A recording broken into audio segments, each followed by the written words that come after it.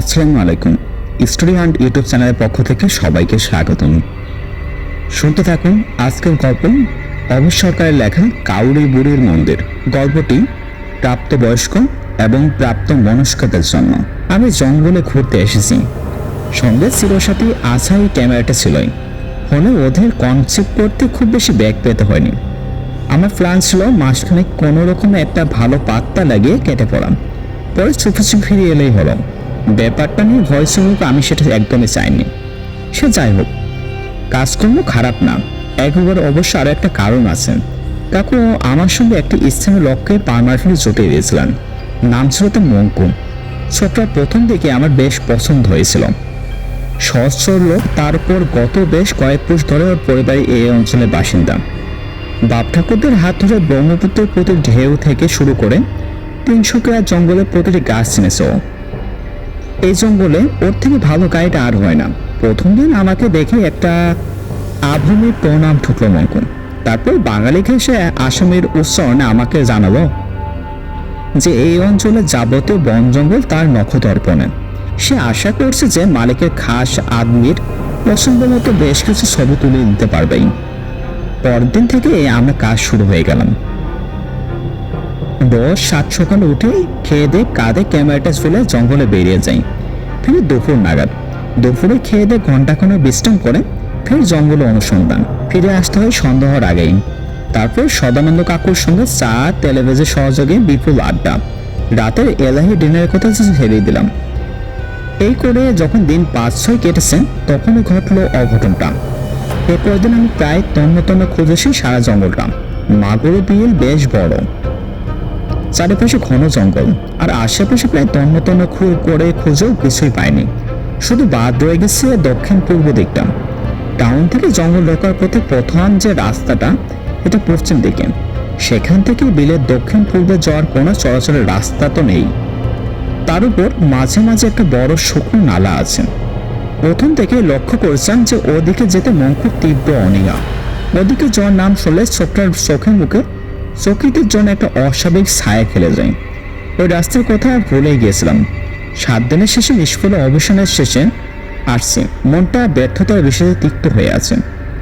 এমন সময় হঠাৎ করে আমার সেই শুকনো নাড়াটার কথা মনে পড়ে গেল। আরে বা, ওদিকে তো জয় হলো না। কথাটা মঙ্কুকে বলতে দেখে সে একটা অবাধ্য ঘোড়ার মতো ঘাড় বাঁকিয়ে রাস্তা থেকে দাঁড়িয়ে গেল। মাফ করো দাদা, ওদিকে যাব না। সে কি, কেন? আশ্চর্য হলাম। ওই যে সেদিন বললি মালিকের খাস আদমির পছন্দ মতো ছবি তুলিয়ে দিতে পারবি আমায়। ঘাড় তেরা করে খানিকক্ষণ মাঠের দিকে তাকিয়ে রইল ছোকরা। তারপর ভয়ার্ত স্বরে ইতি তাকিয়ে চাপা গলায় বলল, ওদিকে যেতে পারবো না গো দাদা। ওদিকে যাওয়া আমাদের বারণ আছে। আমাদের মানে কাদের? আমাদের সব্বার। দিবাঙ্গোয়া, বড় গোয়া, তেনপুনিয়া সবার মানা আছে ওদিকে যাওয়ার। ওরা কারা সেসব বুঝলাম না। কে মানা করেছে 5টা প্রশ্ন করলাম। বড় দেউরি। মঙ্কুর ফিসফিস করে বড় যাওয়া কথাগুলো সন্ধ্যের অন্ধকারে বড় অদ্ভুত শোনালো। আমি একবার তাকালাম সেই জঙ্গলের দিকে। আশ্বিনের আকাশ থেকে সন্ধ্যা নেমে এসেছে দ্রুত। সারা আকাশ জুড়ে ঘরপথ পাখিদের ডানা ঝাপটানো আর কলরবের আওয়াজ কান পেতে দেখা যায়। ছোটবেলা থেকে আমার বিশেষ করে সেন্স প্রবল। কোনো অশরীরী বা আলোকিত কিছু ঘটলে আগে থেকে কিছু একটা আঁচ করতে পারতাম। সেই অন্ধকারে দাঁড়িয়ে হঠাৎই মনে হলো ওদিকে যেন কিছু একটা আছে। সেটা কি বুঝতে পারছি না, তবে স্পষ্ট অনুভব করতে পারছি যেন একটা দোষের শক্তি আমাকে চম্বুকের মতো ওদিকে টানছে। তার কোনো শুভাগত নেই, পাপ পূর্ণ নেই, উল্লাস বা হাহাকার নেই, শুধু একটা উদার রিক্ততা আছে। তাকে ভাষায় বর্ণনা করা খুব কঠিন। আচ্ছন্ন স্বরে প্রশ্ন করলাম, ওদিকে কি আছে মঙ্কু? গলাটা একদম নামিয়ে ফিসফিস করে বলল, মঙ্কু, কাউরি বুড়ির মন্দির। সেদিন রাত্রিবেলায় খাওয়া দাওয়া পাট চোখে নিজের ঘরে এসেছি। এমন সময় দরজায় ঠকঠক। দরজা খুলতে দেখি সদানন্দ কাকু দাঁড়িয়ে আছেন, সঙ্গে কাকিমা। তাড়াতাড়ি দুজনকে ঘরে এনে বসালাম। কাকু প্রশ্ন করলেন, কি ব্যাপার বাবু? আজ তোমাকে কেমন যেন অন্যমনস্ক দেখাচ্ছে। তোমার শরীর ভালো তো? আমি বললাম, না কাকু, আমার শরীর একদম ঠিক আছে। উনি উদ্বিগ্ন হবেন না। আসলে জ্বর সময় চলে এসেছে তো, তাই মনটা একটু খারাপ হয়ে আছে। কাকিমা শস্যগ্রস্ত হয়ে উঠলেন। মা, একই কথা, এ তো সেদিন এলে, এখনই যাই যাই কিসের? ভালো করে তো খাতিরযুক্ত করাই হলো না। হাত জোর করে বললাম, কাকিমা, এই কয়দিনে যা খাতিরযুক্ত করেছিলেন তাতে এই কদিনে নির্ঘাত আমার ওজন কম থেকে 10 কিলো বেড়ে গেছে। মা মারা গেছেন ছোটবেলাতেই, তারপর থেকে আজ অব্দি এত আদরযুক্ত কারো কাছ থেকে পাইনি। কাকিমার চোখটা যেমন কেন যেন ছলছল করে উঠল। একটু ঝুঁকে এসে আমার মাথার কাছে একবার হাত বুলিয়ে দিলেন। কাকু গলা খাকারে দিয়ে বললেন, তাহলে আর যাই যাই করছে কেন? অন্তত মাসখানেক থেকে যাও। হেসে ফেললাম। কাকু, আপনি তো নিজেও সরকারি অফিসার, জানেনই তো ফরেস্ট ডিপার্টমেন্টে এখন লোকের কি রকম অভাব। বড় সাহেব তো ছুটি দিতেই চাচ্ছিলেন না, বহু কষ্টে তাকে রাজি করে তবেই এখানে আসতে পেরেছি। এখন যদি আরো ছুটি বাড়াই তাহলে আমার অপরওয়ালা বোধ হয় রামদা হাতে আমার খোঁজে এখানেই হানা দেবেন। এ বলে খানিকটা চোখ পড়ে রইলেন দুজনে। তারপর কাকু একটু স্থিরভাবে বললেন, আচ্ছা বাবা, তুমি যে আয়ুর্বেদ চর্চা করো পড়লেন, তোমাদের স্বাস্থ্যে কি ডিপ্রেশন বা মন খারাপ সারাবার কোনো ওষুধ নেই? ডিপ্রেশন মানে কি? মন খারাপ নয়, ওটা একটা মেডিকেল কন্ডিশন। তবে সে ভুলটা কাকুকে ধরিয়ে দেওয়ার প্রয়োজন বোধ মনে করলাম না। প্রশ্ন করলাম, কিছু কিছু আছে কাকু, কিন্তু কেন? আপনার আবার ডিপ্রেশন ওষুধ দরকার পড়লো কেন? আমার না বাবা, মাধুরীর। কেন কাকু, কি হয়েছে? অল্প কথায় কাকু যা বললেন তাই এরকম। মাধুরীর বিয়ে হয়েছিল প্রায় মাস 7-8 আগে। লেখাপড়ায় মাধুরীর কোনোদিনও তেমন কোনো উৎসাহ ছিল না। গ্রাজুয়েশন পর সে নিজেই আর পড়তে চায়নি, কাকুরাও জোর জবরদস্তি করেননি। এখন পানা একটা সৎপাত্র দেখে বিয়ে দেওয়ার। পাত্রর খোঁজ মাধুরী দিয়েছিল। অনির্বাণের সঙ্গে ওর আলাপ হয়েছিল এক বান্ধবের বাড়িতে। তিনসুকিয়া থেকে আর একটু উত্তরে গেলে সদিয়া বলে একটা জেলা আছে, সেখানে ওদের 3 পুরুষ ধরে বাস। বাঙালি হলেও ওরা বহুদিন আসাম প্রদেশী। ছেলের চেহারা তো একটু উত্তর পূর্বের ছাপ আছে। তার অবশ্য একটা অন্য কারণ আছে। অনির্বাণের মা এখানকারই মহিলা। অনির্বাণ ছেলে এসেও দেখতে শুনতে ভালো, চাকরি করে ডিব্রুগড়ে কোনো এক চা বাগানের অ্যাকাউন্টস ডিপার্টমেন্টে। মাইনে খারাপ না। বাবা মা মারা গেছেন অনেক আগেই। থাকার মধ্যে বিধবা দিদি অনির্বাণের থেকে বছর 5 বড়। তিনি এখন ওর সঙ্গেই থাকেন। এছাড়া কাছের লোক বলতে এক মামা, এক কথায় নির্ঝঞ্ঝাট পরিবার। কাকু ডিব্রুগড়ে লোক পাঠিয়ে গোপনের তথ্য আলাস করলেন। জানা গেল ছেলের স্বভাব চরিত্র চমৎকার, নেশাপান করেন না, মেয়েগুলিতে কোনো কেচ্ছাও নেই। ছেলের দাবি দেওয়া বিশেষ কিছু নেই, শাখা সুদূরেই খুশি। কাকুরা শেষমেশ রাজি হয়ে গেলেন। বিয়েটা হয়েছিল গত বছর ফাল্গুনে। কাকুরা যথাসাধ্য ভালোভাবে বিয়ের আয়োজন করলেন। কলকাতা থেকে অনির্বাণের কিছু দূর সম্পর্কের আত্মীয় স্বজনরাও এলেন। ওর কলেজে বেশ কিছু বন্ধু বান্ধব এলেন। বেশ হইহুল্লোড় হলো কয়দিন। বিয়ের পরপর ওরা চলে গেলেন ভুটানে হানিমুন করতে।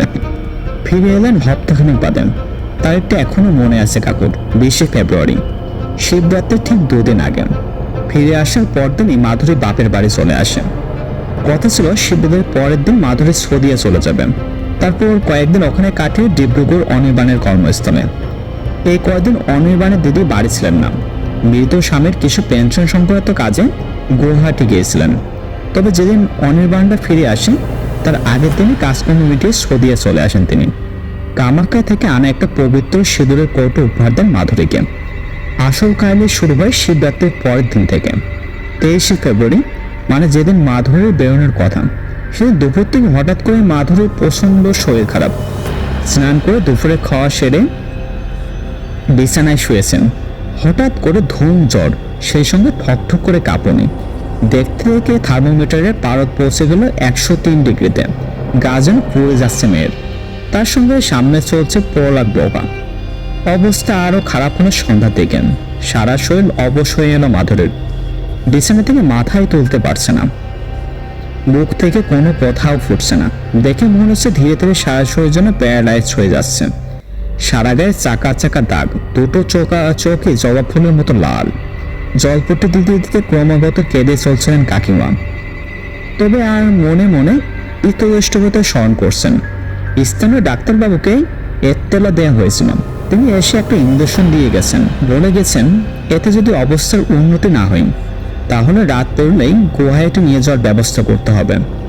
সে রাতটা বাড়ির প্রতিটা মানুষ সাংঘাতিক উদ্বেগ নিয়েছিলেন। কেউ রাতে ঘুমায়নি। পাড়া প্রতিবেশীরা পাড়া করে খোঁজ নিয়ে যাচ্ছেন। প্রায় অচৈতন্য মাধুরীর মাথায় জল ফুটে দিতে দিতে কেঁদে ভাসছেন কাকিমা। ওদিকে অনির্বাণের বাড়িতে ফোন করা যাচ্ছে না, লাইনে গন্ডগোল। অত রাতে সৌদিয়াকে কেউ পাঠানো সম্ভব না। একে রাস্তাঘাট ভালো নেই, তার উপর সন্ত্রাসবাদের উৎপাত তো আছে। মোটমাট সব মিলে সে ক্যাটভারেস অবস্থা। কিন্তু পরের দিন আরেক চমক। পরের দিন ভোরবেলায় অ্যাম্বুলেন্সের ব্যবস্থা করে বাড়ি ফিরে কলিং বেলের সুইচ টিপলেন সদানন্দ কাকু। দরজা খুলে দিল মাধুরী স্বয়ং। কাকু তো একেবারে হতভম্ব। কাকিমা জল পটে দিতে দিতে শেষে একটু ঘুমিয়ে পড়ছিলেন। তিনিও দরজা খোলার আওয়াজ পেয়ে উঠে এসে এই দৃশ্য দেখে অবাক। মাধুরীর যাবতীয় রোগ বলাই ম্যাজিকের মতো একেবারেই ভ্যানিশ। একদম ঝরঝরে তক্তক মেয়ে হাসি মুখে বলল, যাদববাবুকে গাড়ি বার করে রাখতে বলো বাবা, দুপুরের খাওয়া দাওয়া সেরেই ও বাড়িতে চলে যাব। কাকিমা ঠাকুর করে মাথায় হাত ঢুকা দেয়। এতদিন ধরে বাড়িতে গোবিন্দর নিত্য সেবা করেছেন সে। কি এমনি এমনি ভক্তির জোরই নাই। ঠিক এক সপ্তাহ বাদে মেয়ে তার যাবতীয় জিনিসপত্র দুটো টাউস সুটকেসে বোঝাই করে ফিরে এলো বাড়িতে। বাড়ির দরজায় সে দুটো নামিয়ে থপথপে মুখে বলল, আমি ফিরে এলাম বাবা, আমাকে ভয় রাখতে হয়ে রাখুন, হেলতে হয়ে ফেলো, কিন্তু আমি কিছুতেই আর ও বাড়িতে ফিরে যাব না। এই পর্যন্ত বলে আসলে মুখ ঢাকলেন কাকিমা। ওই কথা বলে সে যে ঘরে ঢুকলো, তারপর থেকে মেয়েটা কেমন যেন হয়ে গেছে। যতই জিজ্ঞেস করি কি হয়েছে, কেন এখানে চলে এলেন, সে নিয়ে কিছু বল। আমাদের বনে বনে হচ্ছে না অনির্বাণের সঙ্গে না অন্য মেয়ের সম্পর্ক আছে, টাকা পয়সা বা অন্য কোনো কিছু চাইছে, অথবা অন্য কোনো অত্যাচার যা আমাদের মুখ ফুটে বলতে পারিস না। কিন্তু মেয়ে কোনো কিছুই বলছে না। কাকুদের উদ্যোগটার কারণটা বুঝতে পারলাম। হওয়ারই কথা, হাজার হোক একমাত্র মেয়ে, ধুমধামের সঙ্গে বিয়ে দিয়েছিল। তার মাসখানেকের মধ্যে যদি তাকে নিজের সংসারে ফিরে আসতে হয়, তাহলে চিন্তার কারণ তো বই কি। আপনারা অনির্বাণের সঙ্গে যোগাযোগ করার চেষ্টা করেননি? আমি প্রশ্ন করেছিলাম বই কি। তাকে ফোন করে কথা বলার আপ্রাণ চেষ্টা করেছি, কিন্তু অর্ধেক সময় তো তার অফিস নইলে বাড়ির ল্যান্ডলাইন কাজ করে না, কাজ করলে কেউ ফোন তোলে না। তারপর এই বলে কিছুক্ষণ মাথা নিচু করে চুপ করে রইলেন কাকিমা। তারপর মুখ তুলে বললেন, আমরা গেছিলাম ডিব্রুগড়ে, অনেক চেষ্টা করে অনির্বাণের দেখা পাইনি। আর ওদের বাড়ি সৌদিয়াতে যাননি? গেছিলাম বইকে। তাহলে দরজা বন্ধ ছিল, আমাদের অনেক করার নাড়া তো কেউ দরজা খোলেনি। শুনে পুরো ব্যাপারটা বেশ আশ্চর্যজনক লাগলো। তখন অবধি অবহিত থাকলেও চেনা পরিচিতির মধ্যে বেশ কিছু সাংসারিক অশান্তি, পারস্পরিক মনোমালিন্য, এমনকি ডিভোর্স হতেও দেখেছি। সব জায়গায় দেখেছি যে ঘুরে ফিরে সেই কয়েকটা দিন চেনা এসে বারবার ফিরে আসে। কিন্তু এখানে কেসটা বেশ আশ্চর্যের। এমন যে কি ঘটেছে মাধুরী কাউকে, এমনকি তার বাবা মাকে জানাতে পারছে না। সেই থেকে মেয়েটা শুকনো মুখে ঘুরে বেড়ায়। বাবা চোখের সামনে দিন দিন মেয়েটাকে কেমন দিন শুকিয়ে যাচ্ছে। ভালো করে খায় না, গান গায় না, হাসি ঠাট্টা নেই। মা কি থেকে কি যে হয়ে গেল, কি করছে সহ্য করে বলো। চোখে আঁচল চাপা করে দিলেন মাকিমা। কাকু দেখি মাথা নিচু করে বসে আছেন। তারপর মুখ তুলে বললেন, আমরা বেশ কিছু সাইকিয়াট্রিস্ট দেখেছিলাম বুঝলেন, কিন্তু কেউ বিশেষ কিছু করে উঠে পারেনি। অন্তত ওই যে ডিপ্রেশনটা কাটেন, মুখ ফুটে আমাদেরকে জানাই কি হয়েছে, তাহলে কিছু একটা ব্যবস্থা করতে পারি। 4-5 মাস হয়ে গেল, মেয়ে এখন শ্বশুর বাড়ি যাচ্ছে না। এদিকে আত্মীয় স্বজন আছে, পাড়া প্রতিবেশীও আছে, তাদেরকে আর কতদিনই বা মিথ্যে বলে ঠেকে রাখি বলো। ইতিমধ্যে এদিক ওদিক কানাকানি শুরু হয়েছে। আমাদের মান সম্মানও তো একটা ব্যাপার আছে। তখন আমার অল্প বয়স, তাছাড়া রহস্যজনক ব্যাপার একেবারে চিরকালে আমার আলাদা সংগ্রহ ছিল। মনস্থির করে নিলাম এই রহস্যের শেষ না দেখা পর্যন্ত আমি এই বাড়ি ছাড়বো না। তাছাড়া কৃতজ্ঞতা বোধ তো বলে একটা কথা ব্যাপারই আছে। কথাটা কাকুকে জানিয়ে দিলাম।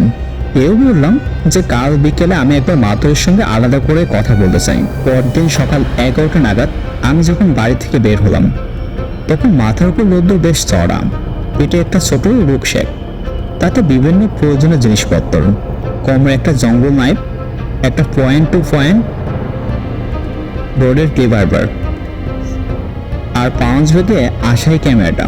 এদিকে আবার বিকেলের দিকে বেশ ঠান্ডা পড়ে, তাই লুসাইকে একটা সোয়েটার আছে, পরনে জংলা টাইপের টাইট টি শার্ট, আর কর্ডওয়েভ ট্রাউজার, আর একটা মোটা হিলের হান্টিং বুট।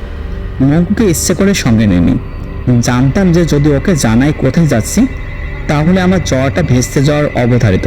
আমার মন বলছিল ওই কাউরিভুরের মন্দিরে আমার অভিষ্ট লক্ষ্য, ওখানে গোলকপুষ্পের খোঁজ পাবো। তবে কাজটা যে প্রভূত ঝুঁকির সে নিয়ে সন্দেহ নেই। আসামের জঙ্গলের মতো বিপদসংকুল জায়গা কমই আছে। লেফার্ড বা পাইথনের কথা ছেড়ে দিলাম, কখন যে ঘাসের জঙ্গলতে সিংহসে তেড়ে আসবে হিংস্র বুনো মশ। হিল হিলে মাথা তুলে দাঁড়াবে ব্যান্ডেড ট্রেড, যেসব সাধারণ মানুষের ধারণার বাইরে। এতদিন এসব মঙ্কুই সামলাত। কোন রাস্তা নিরাপদ, কোন পথে গেলে বুনো হাতির দলের সঙ্গে সরাসরি সাক্ষাৎ হওয়ার সম্ভাবনা কম, কোথায় গিয়ে নিরাপদ 2 থেকে 18 ফুটের লম্বা শিং কিং কবরা। আমার মন বলছিল ওই কাউরিভুরের মন্দিরে আমার অভিষ্ট লক্ষ্য, ওখানে এই গোলকপুষ্পের খোঁজ পাবো। তবে কাজটা যে প্রভূত ঝুঁকির সে নিয়ে কোনো সন্দেহ নাই। আসামের জঙ্গলের মতো বিপদসংকুল জায়গায় খুব কমই আছেন। লেপার্ড বা পাইথনের কথা তো ছেড়ে দিলাম, কখন যে ঘাসের জঙ্গলতে সিংহসে তেড়ে আসবে হিংস্র বনমশ, বা হিলের মাথা তুলে দাঁড়াবে ব্র্যান্ডেড ক্রেড, সেসব সাধারণ মানুষের ধারণার বাইরে। এতদিন এসব মঙ্কুর সামলাত। কোন রাস্তা নিরাপদ, কোন পথে গেলে বনহাদের দলের সঙ্গে সরাসরি সাক্ষাৎ হওয়ার সম্ভাবনা কম, কোথায় গেলে নিরাপদ 2 থেকে 18 ফুট লম্বা কিং কোংড়ার সংসার জীবনের ছবি তুলতে পারবো, সেসব ওর একেবারে নখদর্পণে ছিল। কিন্তু আজ আমি বড় একা। রাস্তা একদিন বেশ ভালো মতো চেনা হয়ে গেছিল। ঘন্টাখানিক বাদে যখন সেই শুকনো নালার কাছে এসে দাঁড়ালাম, তখন সূর্য ঠিক মধ্য গগনে, বাধার উপর আশ্বিনের পরিষ্কার আকাশ। বেশ একটা মৃদুমন্দ হাওয়া বইছে। পাক পাখারের ডাক ছাড়া খুব একটি দূর অব্দি আর কোনো প্রাণের চিহ্ন মাত্র নেই। বলতে দ্বিধা নেই, শুকনো নালাটার সামনে বুনো ঘাসের মতো দাঁড়িয়ে কাঠ একটু শিরশির করে উঠল। তার একটা কারণ যদি মঙ্কুর কালকের কথাগুলো, আরেকটা হচ্ছে যত এগেছিলাম নালাঘাট দিকে মনে হচ্ছিল যেন জঙ্গল জুড়ে একটা চাপা নৈশব্দ নেমে এসেছে। মানে ধীরে ধীরে আমার আর জঙ্গলের মধ্যে একটা পর্দা গজে উঠছে। সেটা পেরিয়ে ওদিকটার আওয়াজ আমার কানে পৌঁছাচ্ছে না। নালাটা কাছে পৌঁছে একবার পেছন ফিরে দেখালাম। আমার আশা শরীর পড়তে ইতিমধ্যেই বন্ধ হয়ে গেছে। বনো ঘাসের ডগাগুলো ফোনা তোলা সাপের মতো দুলছিল। কাউকে সবল মারবে নাকি? মাথাটা সবে ঘুরিয়েছি, এমন সময় শাল সেগুন আর গামার গাছের দুর্বোধ্য পাঁচিলের মধ্য দিয়ে হঠাৎই একটা দমকা হাওয়া বয়ে গেল। আমার মনে হলো কেউ যেন কান্না সুরে ফিসফিস করে বলে উঠল, ফিরে আই, ফিরে আই, এখনো সময় আছে, ফিরে আই। চোখটা একবার বন্ধ করে ফের খুললাম। আমি এসব আজে বাজে ভাবছি। গোলকপুষ্প খুঁজে পাওয়ার উত্তেজনায় মাথাটা খারাপ হয়ে গেল নাকি? জঙ্গল লাইফটা হাতে নিয়ে নালাটায় নামলাম। সঙ্গে সঙ্গে টের পেলাম যে শুকনো নালার ঘাসে বাতাসে একটা দমকা দীর্ঘশ্বাস ফিরে গেল। আর তারপরে সব চুপ। চুপ মানে একদম চুপ। হঠাৎ করে যেন বাতাসের টুটি কেউ টিপে ধরেছেন। আশ্বিনের ঝিরঝিরে বাতাস একেবারেই উধাও। জঙ্গলের আওয়াজটা কমে আস্তে আস্তে আস্তে একেবারেই বন্ধ হয়ে গেল। বুকসমান উঁচু ঘাসটা নালাটা পেরোতে সময় লাগলো মিনিট 3 মতো। হাঁচড় পাঁচড় করে ওপরে ওঠা একবার ঘুরে দাঁড়ালাম। ব্যাপারটা কি? সবকিছু একেবারে ঠান্ডা মেরে গেল কেন? কই, কোথাও তো কিছু নেই, সব স্বাভাবিক। কিন্তু শুধু ওই একটাই ব্যাপার, জঙ্গলে পাখির ডাক বা অন্য কোনো আওয়াজ নেই, আর বাতাসে একটা বিষণ্ণ গম্ভীর ভাব ছেয়ে আছে। ব্যাপারটা কি? এদেরটা কি পাখিটা কি বা অন্য জন্তু জানোয়ার নেই নাকি? এরকম তো হওয়ার কথা নয়। আমার ভাবনাটা যে ভুল সেটা টের পেলাম সঙ্গে সঙ্গে। আমার ঠিক সামনে ছিল একটা পুরনো শ্যাওলা ধরা অগরু গাছ। সেদিকে এক পা এগোতে দেখি কোথা থেকে কিন্তু উড়ে এলো একটা কাক। এসে বসলো একটা ডালে। শুধু বসলো না, ডাকলো না, তার দৃষ্টি সোজা আমার দিকে। লক্ষ্য করলাম কাকটার চোখ দুটো কালো নয়, লাল, হলদেটে লাল। কাকটাকে উপেক্ষা করে পরের পা ফেললাম। এবার ডান দিকের গামার কাছে ডালে উড়ে এসে বসলো আরেকটা কাক, ঠিক আগেরটার মতোই। কেউ ডাকলো না। হলদেটে লাল চোখ মেলে তাকিয়ে উঠলো আমার দিকে। একটু আশ্চর্য হলাম, এবার কিরকমের কাক। পরের পা ফেললাম। এবার বাঁদিকে শিশু গাছের ডালে উড়ে এসে বসলো আরেকটা কাক, সেও আগের দুটোর মতোই। হলদেটে লাল চোখ মেলে রইল আমার দিকে। এবার একটা অদ্ভুত জিনিস শুরু হলো। এক পা করে এগোচ্ছি আর দেখছি আশেপাশে প্রতিটা গাছের ডালে এক এক করে উড়ে এসে বসছে একটা করে কাক। তাদের প্রত্যেকের দৃষ্টি আমার দিকে, প্রত্যেকের চোখের রং এক। রাস্তার দিকে তাকিয়ে দেখলাম একটা পথের আভাস পাওয়া যাচ্ছে না। মনে হলো যে এটা সাম্প্রতিক কালে তৈরি হয়েছে। তার মানে কি অলরেডি কেউ এই কাউরিভূমি মন্দিরে খোঁজ পেয়ে গেল নাকি? অর্থাৎ আমার একটা কম্পিউটার ইতিমধ্যেই নেমে পড়েছে বাজারে। এত দূর এসে তৈরি ডুববে নাকি? ব্যাপারটা মাথায় না আসতেই মনে একটা মরিয়ে সাহস ফিরে পেলাম। জঙ্গল লাইফটা বাগিয়ে বাগিয়ে এসে পড়লাম রাস্তা ধরে। আজ এতদিন বাদও সেই দুপুরটার কথা আমার স্পষ্ট মনে আছে। সম্পূর্ণ অচেনা একটা জঙ্গল। আজ এতদিন বাদও সেই দুপুরটার কথা আমার স্পষ্ট মনে আছে। সম্পূর্ণ অজানা একটা জঙ্গল, একটা নিঝুম নিস্তব্ধতা চারিদিকে ছেয়ে আছে। তার মধ্যে দিয়ে আমি একা একা জঙ্গলের নাইফ হাতে নিয়ে হাইজে চলছি, ডালপালা ছাড়তে। অবশ্যই একটা কথা অবশ্য ভুল, আমি একা নই, ওরাও আছেন। আমি খেয়াল করেছিলাম যে আমার একেবারে সঙ্গে সঙ্গে সেই কাকেদের ঝাঁকো আমার সঙ্গে এই ডাল থেকে ওই ডাল করে এগোচ্ছিল। তাদের কেউ একবারও ডাকছে না, শুধু আমার পথের আশেপাশে কোনো গাছের ডালে একটু করে উড়ে গিয়ে পড়ছে। আর আমার দিকে ফিরে সেই হলদেটা লাল চোখ নিয়ে তাকিয়ে আছে। এইভাবে মিনিট 10-15 এগোনোর পর হঠাৎ করে একটা ফাঁকা জায়গায় এসে পৌঁছালাম। জায়গাটা একটা চাঁদার মতো, খানিকটা গোল মতো ফাঁকা জায়গা। যেখানে দাঁড়িয়ে আছে তার ঠিক উল্টো দিকে বেশ কয়েকটা নিম গাছ একসঙ্গে জড়ো হয়ে বিশাল একটা চাদর মতো বানিয়েছেন। তার ঠিক নিচে পাথরের তৈরি পুরনো একটা মন্দির, কাউরিভূমির মন্দির। এতক্ষণের পরিশ্রমে আর উত্তেজনা দর করে ঘামছিলাম। ওখানে ধূপ করে হাঁটু গেড়ে বসে পড়লাম। মাথাটা নিচু করতে বুকের ভেতরটা ধরাস করে আওয়াজটা নিজের কানে শুনতে পেলাম। দিন বেঁচে উঠলাম। আর কয়েকটা মুহূর্ত মাত্র, তারপরেই হয়তো 7 রাজার ধন 1 রাজা মানিক আমার হাতে। মিনিট খানেক ওইভাবে বসে থাকার পর মাথা তুলে দাঁড়ালাম। বেলটা টাইট করে বেঁধে আবার জঙ্গল নাইফটা খাপে ঢুকিয়ে নেমে পড়লাম চাঁদালে। তারপর লম্বা পায়ে জায়গাটা অতিক্রম করে মন্দিরটার কাছাকাছি দাঁড়ালাম। পাথরের মন্দির, আকারে বেশ বড়। আমাদের পরিচিত ভারতে 1 তলা বা 10 তলা মন্দির থেকে বেশ আলাদা। আদল অনেকটা তিব্বতী বা চীনার মন্দিরের মতো। মন্দিরের সারা গায়ে দক্ষ হাতে পাথর কুঁদে অপূর্ব অলঙ্করণ ফুটিয়ে তোলা হয়েছে। মন্দিরের ঠিক সামনে একটা হরি কাঠা নজর এলো। মানে এককালে এখানে বলিদানের ব্যবস্থাও ছিল। নিশ্চয় নরবলেও হতো কি। ধীর পায়ে মন্দিরের ভেতরে উঠে দাঁড়ালাম। ওঠার আগে হান্টিং বোর্ডটা খুলে রাখতে ভুললাম না। যদিও হাজার হোক এত বছরের সংস্কার, তাছাড়া আমার ষষ্ঠ ইন্দ্রিয় বলেছিল যে মন্দির এখনো জাগ্রত। এখানে শ্রবণতভাবে মাথা নিচু করে ঢুকতে হবে। ঢোকার আগে একবার বাইরের দিকে তাকিয়ে নিলাম। গোল চট্টদের ঘিরে থাকা প্রতিটা গাছের ডালে অন্তত গোটা 50 কাক বসে আছেন। কেউ ডাকছে না, এবং প্রত্যেকের তীক্ষ্ণ ঠোঁট উঁচিয়ে হলদে লাল চোখ তাকিয়ে আছে আমার দিকে। কপাল ঠুকে পড়লাম মন্দিরের ভিতরে। যা হয় হবে। যার জন্য এত কষ্ট করে এত ঝুঁকি নিয়ে এসেছি, সেই গলপুষ্প আছে কি নেই এই মুহূর্তে সেটাই একমাত্র বিচার্য। বাকিটা পরে দেখা যাবে না হয়। আলো থেকে অন্ধকারে ঢোকার ফলে হয়তো এমন কিছু দেখতে পাচ্ছিলাম না। চোখটা সয়ে আসতে খানিকটা সময় নিল। প্রথমে লক্ষ্য করলাম যে মন্দিরের ভেতরে যে মূর্তি বলতে কিছু নেই।